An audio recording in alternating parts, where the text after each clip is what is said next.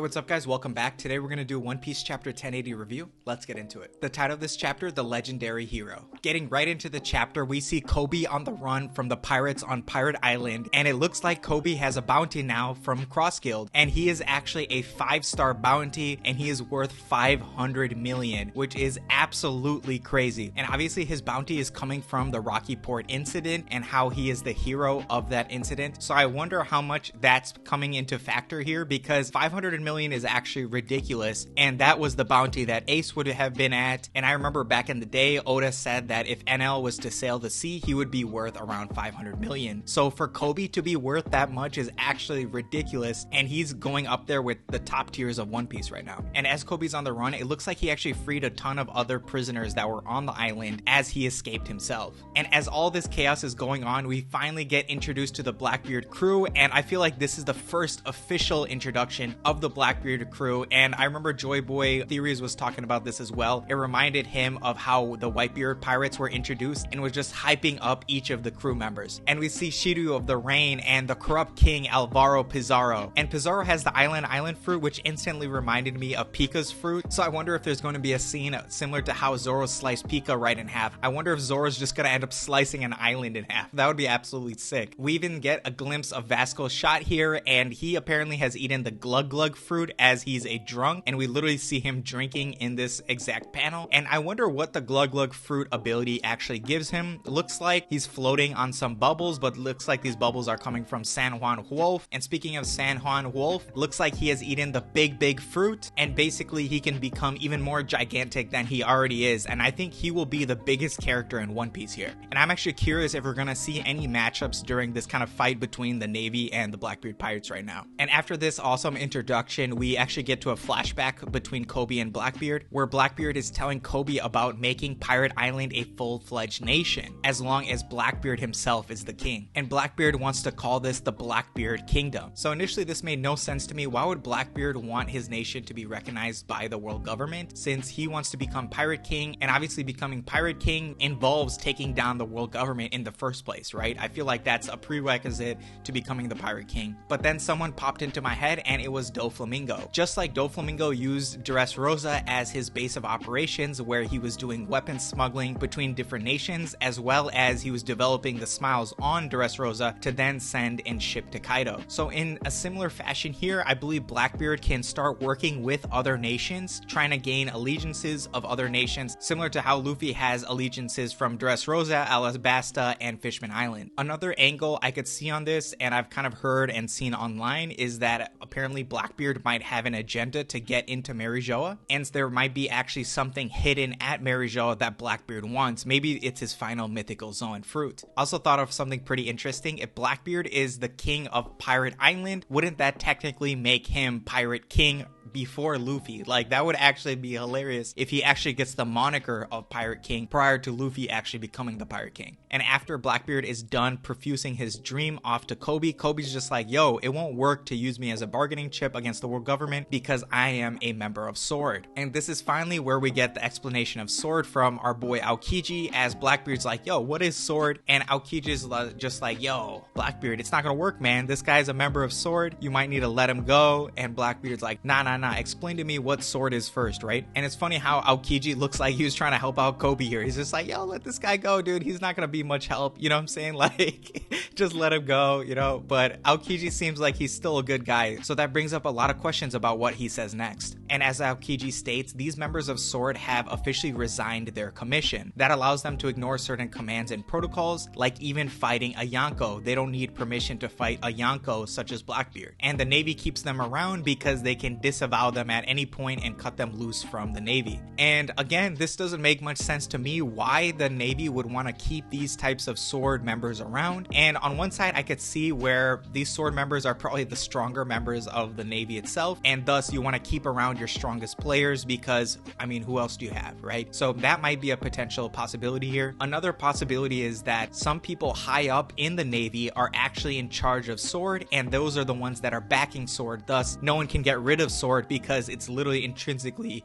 a part of the Navy. And so I'm guessing people like Garp could be involved. I'm guessing even people like Akainu. There's this classic image going around of Akainu of that cover page long ago where Akainu is showing his tattoo on his shoulder about him potentially being in Sword, right? So maybe Akainu is a part of Sword. Maybe even Aokiji is a part of Sword, because how else would he know about Sword in the first place? And why is he helping out Koby here? You know, there's a lot of questions if Aokiji's involved, and it would make a lot of sense if Aokiji was still involved with Sword and he's actually running reconnaissance on Blackbeard this entire time. Even after hearing all this from Aokiji, Blackbeard doesn't falter and still wants to hold Koby hostage. As he says, the public wouldn't be pleased if the Navy lost their hero, right? So maybe the Navy does need to take action here. I also love this little flashback of Perona helping out Koby and being like, yo, if I let you out, can you let Moria out? You know, can you save Moria for me? Perona is a true ride or die, dude. She fucks with her captain and that's it. Like, honestly, that's what you want from your crew, right? You want your crew to be ride or die no matter what. No matter if you failed a million times, you want them to be right next to you at the end of the day. And as Koby continues to run, he's actually questioning his worth to the Navy, and he's like, nah, the Navy would never come to save me. And just as he says that, we see the Navy pull up, and they're not pulling up in the traditional fashion. They're pulling up like gangsters, man. They're pulling up like pirates. They're taking people on here. And we got to start out with our boy Prince Cruz, who turns out to have the squelch squelch fruit, which is like the apparent sound of where you pull your foot out of mud, right? Like it's making a squelching sound. But it looks like his ability is actually based on clay, and he's able to create these clay golems to kind of go around and attack other characters. So it's a lot like Cracker, where he can infinitely create these Cracker soldiers. So it looks like Groose can constantly create these clay soldiers to attack infinitely, is my guess. And his ability is actually even crazier because each soldier can regenerate and merge back together, turning back to clay. And so I assume a weakness of this would be something like fire, where now you could solidify these clay soldiers and they wouldn't be as effective. But I'm sure Prince Groose has this kind of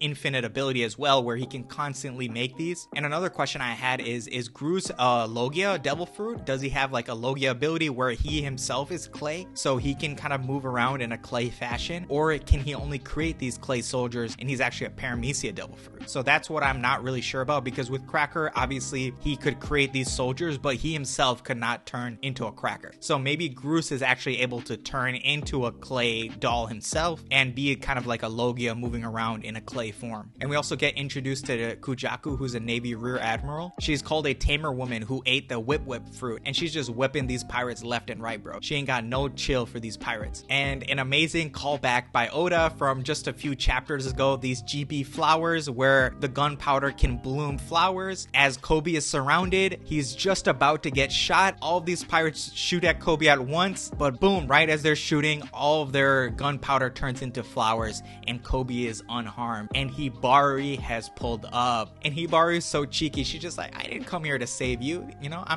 just pulled up, you know what I'm saying? I didn't come here for you. And she's clearly in love with her boy Koby, you know what I'm saying? Koby got game like that. Something interesting I want to point out here as well is apparently Sandman AP, shout out Sandman AP on Twitter, he was saying that Hibari's accent is very similar to Akainu's accent, so they come from the same region. So it's very possible, since we don't even know Hibari's last name, it's possible that Oda's just hiding it and she's actually Akainu's daughter. So imagine Koby pulling up, you know, at Akainu's door. He's just knocking on the door. He's just like, yo, I'm here for dinner. And Akainu didn't even know that Koby was dating his daughter. You know what I'm saying? Like, he's gonna put his magma fist right through Koby's chest. You know what I'm saying? Like, we're gonna have Ace 2.0 going on here if Koby pulling up to dinner at Akainu's house. You know what I'm saying? Then all of a sudden we see something flying in the sky. We don't know what it is. Is it a bird? Is it a plane? No, it's our boy Garp, and Garp has pulled up to save the future of the Marines, Koby, his irreplaceable protege. And how does he do it? He does it with his fist,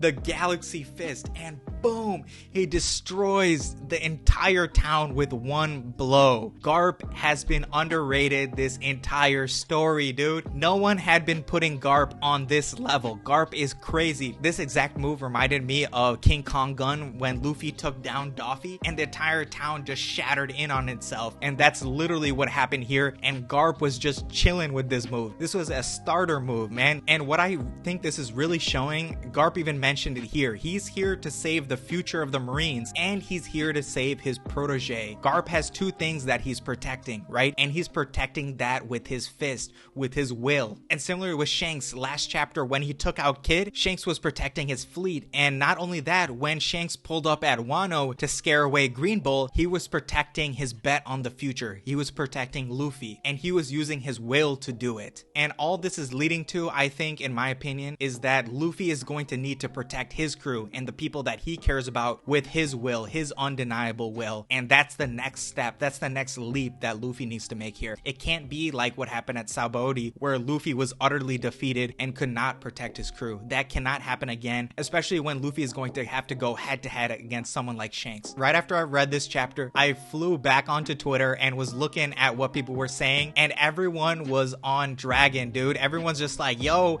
everyone's been underestimating Dragon. No one's been putting Dragon on their top 10 lists, and now I feel like everyone's putting Dragon number 1. You know what I'm saying? If Garp is this strong, imagine how strong his son is, and then obviously Luffy is hella strong. He's a freaking Yonko. You know what I'm saying? Like, you can't mess with Luffy, so imagine how strong Luffy's dad is. Luffy's dad is in his prime. He's a grown man. You know what I'm saying? You don't want to mess with no grown man. You know what I'm saying? Like, Dragon is definitely up there, and now it's a question of, is Shanks above Dragon or is Dragon above Shanks? Everyone's going to be debating that forever, but I feel like there's been a lot more respect put on Garp's name. There's been a lot more respect, I feel like, on the old heads like Rayleigh, like Sengoku. These guys are going to be looked at a lot differently now that Garp has pulled this off. And Garp is the hero, man. He's the guy. I'm surprised why no one thought that he was this strong. Like, after his showing at Marineford, I feel like he was very underestimated because he was held down by Sengoku, and obviously people didn't respect even Sengoku back then. So I feel like Garp has really been looked down on since that point. But imagine now, people are like, yo, Akainu was in trouble, man. Akainu was in trouble. If Sengoku didn't hold down Garp, I feel like Garp would have tried to rip Akainu's head off, for real. And I don't know if he could have done it, but yo, he would have gotten close. He would have galaxy fisted the shit out of Akainu. You know what I'm saying? Man, this chapter was so amazing. I'm sure you guys can just tell about how I'm covering this chapter. I absolutely love this chapter. This is a 10 out of 10, 100 out of 10 chapter, and I feel like it subverted everyone's expectations. No one was expecting Garp to do some shit like this. Like, no one, man. I can't wait to see what happens next. I hope that Garp doesn't face Blackbeard here. I don't think Blackbeard is even here. I think that Blackbeard is still potentially fighting Law, or he's still on the way to Egghead Island. I'm not sure where Blackbeard is at this time because clearly Koby had a flashback here, so Blackbeard wasn't currently there with all those other characters at that moment. You know, maybe Aokiji's not here either. So I think it might just be that Garp has to take on Shiryu here and, you know, Pizarro, and I'm not really worried about those characters. I don't think they can take Garp at this moment. Garp would own those guys. They better be running. Shiryu better be running. You know what I'm saying? He can't take Garp right now. And also, it's like too early for Garp to get taken out. I would feel terrible if Blackbeard is actually here, and Garp might be done, man. If Blackbeard is here, Garp, there's no chance that Garp's taken on Blackbeard, right? But if Blackbeard